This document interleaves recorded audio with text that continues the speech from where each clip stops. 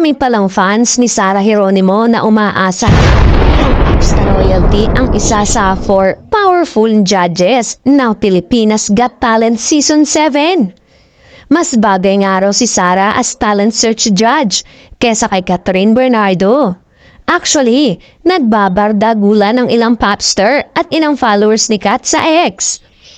Talakan talaga mga fans ngayon, kesyo kaya tinanggal si Sarah para kay Catherine. Namimiss na kasi ng fans ang misis ni Mateo Gudicelli na matagal-tagal na rin nilang hindi napapanood sa isang TV show. Alam naman ang popstars na kagustuhan naman ni Sarah ang hindi maging aktibo sa TV at maging sa pelikula. Marami na ang project ang tinanggihan niya at gusto niya talagang mag-concentrate na lang muna sa pagiging Mrs. Gudicelli. Although, madalas pa rin naman siyang mag-concert sa loob at labas ng bansa.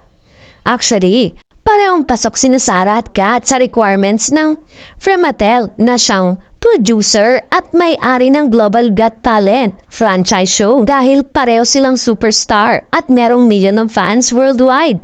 Kaya sana tigilan na nila ang siraan at bangayan sa social media.